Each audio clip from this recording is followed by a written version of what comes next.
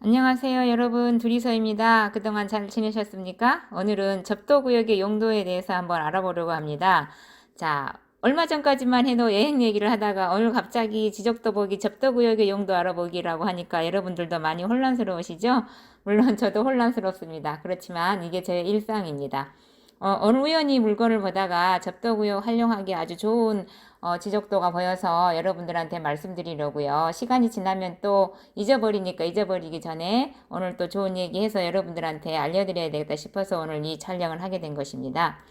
자, 접도구역은 여기 지적도를 보게 되면 계획관리지역이라고 돼 있고 여기 보면은 접도구역이라고 표시되어 있죠. 이 접도구역이라는 건 뭐냐 그러면 향후에 지금 쓰고 있는 도로에 접해 있는 이 땅을 연장해서 도로를 확장하겠다라는 뜻이에요. 그래서 여기 보면은 여기 이 소로 유류 약 8m에서 8m라고 되어 있는 이 빨간색 선 있죠. 여기가 지금 도로라는 뜻이고요. 왕복 2차선 도로예요. 그런데 향후에 지금 이만큼 이 줄 셈 보이시죠? 이만큼 반듯하게 줄을 확장하겠다는 뜻이고 이쪽에도 확장하고 이쪽에도 확장해서 아마 향후에 왕복 4차선의 계획이 있나 봅니다. 그래서 미리 이쪽 지역 이 접도구역 안에는 건물을 짓지 마라라고 정부에서 규제로 미리 묶어놓은 것이고요.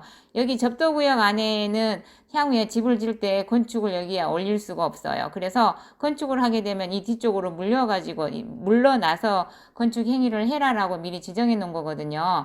그래서 어찌 보면 좋을 수도 있고 어찌 보면 나쁠 수도 있지만 과연 내가 땅을 살 때 이런 땅이 내가 사고자 하는 땅이 이런 게 묶여 있으면 어떻게 결정해야 될지 여러분이 잘 모르시잖아요.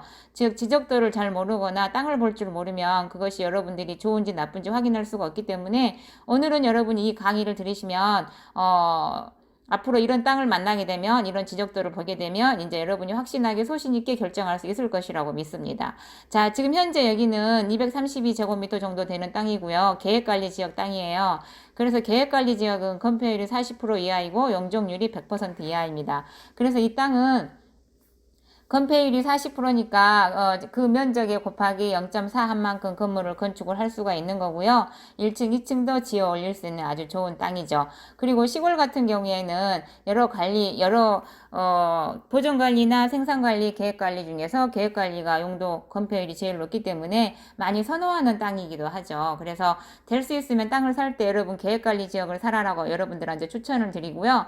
계획관리 지역을 사게 되면 아무래도 건폐율이 높기 때문에 땅값이 보존관리나 생산관리에 비해서 살짝 높게 거래되는 것은 사실입니다. 그렇지만 땅덩이가 넓다고 가정을 했을 때 우리가 시골에까지 가서 집을 크게 지을 게 아니면은 그닥 그 건폐율에 대해서 큰 의미가 없을 수도 있습니다. 그래서 내가 어떻게 활용할 것인지에 그걸 잘 맞춰서 여러분들이 지적도를 보고 사시면 될 것 같습니다. 만약에 예를 들어서 200평이 땅이 있는데 계획관리 같은 경우에는 200평이면 248, 80평의 건축을 행위를 할 수가 있는 거거든요. 그러면 보존관리라고 해서 보존관리는 20% 건폐율을 주어지니까 200평 곱하기 2 하게 되면은 40평이네요. 그러면 시골 땅에 40평만 줘도 충분하잖아요. 그런데 굳이 비싸게 계획관리 지역을 살 필요가 없다라는 얘기를 하게 되는 겁니다. 자, 여기 보시면 금방 그 땅을 위성사진으로 촬영한 건데요. 여기 이 땅이에요. 그러면 계획관리 지역의 대지이면서 232제곱미터. 즉 평으로 환산하게 되면 한 70평 정도 땅이고 시골에 70평이면 큰 땅은 아니죠. 그런데 아까 뭐가 묶여 있었어요?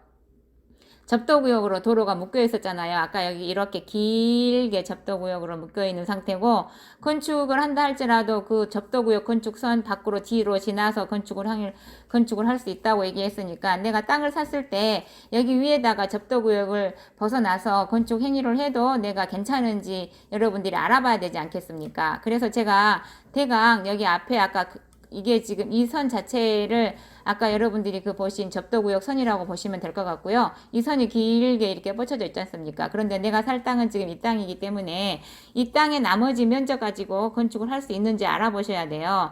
지금 그래서 이 땅이 지금 총 면적 133 제곱미터 정도 되는데 대략 한 40평 정도 됩니다. 그러면 아까 전체 면적이 70평이었다고 제가 말씀드렸잖아요. 7, 4, 28, 즉 28평의 건축을 할 수가 있어요. 계획관리 지역은 40% 건폐율을 할 수 있다고 그랬으니까.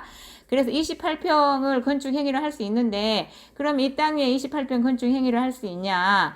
여기 보면은 아까 그 건축선 뒤로 물러나서 여기 위에다가 건물을 지을 수가 있는데 그 위에다가 28평 건축을 지을 수 있냐 이 말이죠. 그럼 아까 이 면적이 얼마나 돼요? 여기 도시 접도구역선을 제외한 나머지가 한 40평 정도 됐으니까 40평 위에다가 28평의 건축물을 올릴 수 있죠. 그쵸? 그런데 살짝 뒤로 빼서 할 수 있다라는 거예요. 즉, 여기 접도구역 선에는 건물이 앉으면 안 되니까 이쪽, 이 있는 라인선 안쪽에다가 건물을 지으면 되는데 지금 이 이 면적 자체는 40평이고 우리가 건폐율 40% 지을 수 있는 면적은 28평이니까 충분히 짓고도 남는다라는 거죠. 근데 70평 중에서 여기가 지금 이 부분이 한 40평 정도밖에 안 되니까 시골 땅 치고는 살짝 너무 작죠. 그런데 한 이 땅이 100평이나 200평 정도 된다고 가정을 했을 때 앞에 이 도시 접도구역 빼고 나면은 충분히 집을 짓고도 남고 앞에가 또 넓게 지금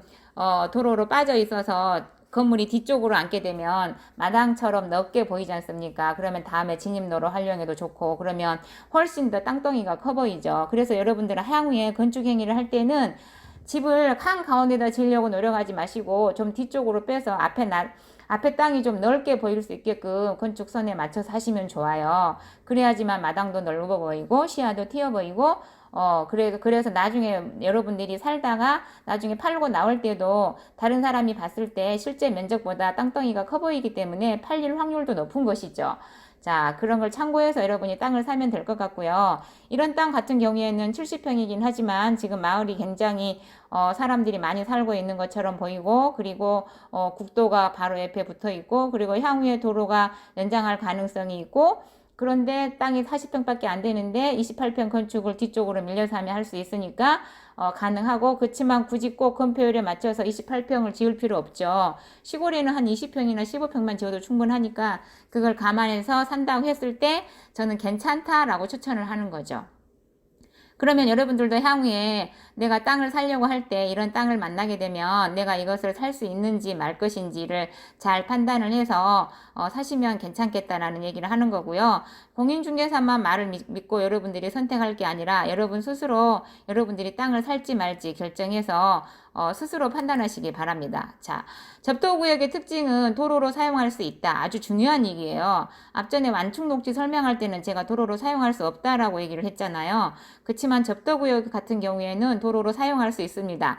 다만 그 면적 안에 건물을 지으면 안 될 뿐이에요. 그리고 건폐율에 포함이 됩니다. 앞전에 완충녹지 할 때는 건폐율에 포함이 안 된다라고 얘기했습니다. 그렇지만 접도구역인 경우에는 건폐율에 포함이 돼요. 즉 접도구역만큼 포함된 그 면적이 건폐율에 포함되기 때문에 제가 아까 건축 면적을 계산할 때 70평 곱하기 0.4에서 28평 건축할 수 있다라고 얘기했죠. 만약에 건폐율에 포함이 안 된다 그러면 아까 그 작은 면적이 얼마예요? 40평 곱하기 0.4에서 4, 4, 16평밖에 지을 수 없는 면적이 되는 건데 실질적으로 그 접도구역은 건폐율에 포함되기 때문에 28평 건축할 수 있는 그런 땅이고 도로로 사용할 수 있고 용도가 괜찮다라는 얘기를 하는 겁니다. 그래서 접도구역으로 물려있는 그런 땅덩이는 나머지 면적을 가지고 내가 건축 행위를 할 수 있는 면적만큼 남았는지를 계산한 다음에 그 안에다가 내가 원하는 건물을 지을 수 있으면 괜찮다. 향후에 도로가 확장이 되니까 내 땅의 가치는 더 올라갈 수 있는 확률이 있다라고 얘기를 하는 겁니다. 그래서 여러분들 다음에 땅을 사실 때는요 이와 같이 지적도 상의 접도구역의 용도를 잘 알고 사시면 향후에 호박이 넝클째 굴러올 수 있는 확률이 있습니다.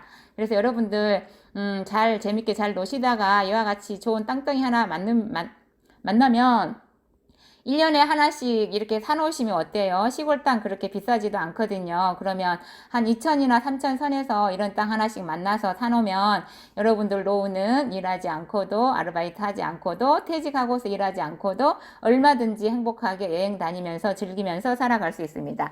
자, 여러분 이상 접도구역에 해당되는 내용을 말씀드렸습니다. 여러분 감사합니다. 고맙습니다. 둘이서였습니다.